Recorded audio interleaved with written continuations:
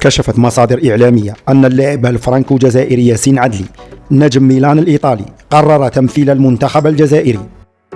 وذكر موقع فونيك فوتبول أن ياسين عدلي اتصل مؤخرا بمدرب المنتخب الجزائري فلاديمير بيتكوفيتش عبر رسائل نصية قصيرة للتعبير عن رغبته في الانضمام إلى الخضر، وأشار إلى أن هذه الرغبة تأتي في صعوبة افتكاك اللاعب الفرنسي الجزائري مكانة في المنتخب الفرنسي بسبب المنافسة القوية على مركزه.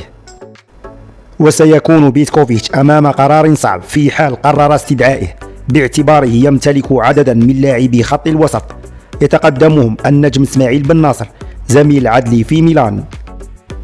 وأشارت تقارير إعلامية إيطالية إلى أن طموحات لاعب بوردو السابق يمكن ألا تتحقق، خاصة أنه فشل في إثبات نفسه أساسيا الموسم الماضي واكتفى بدور البديل.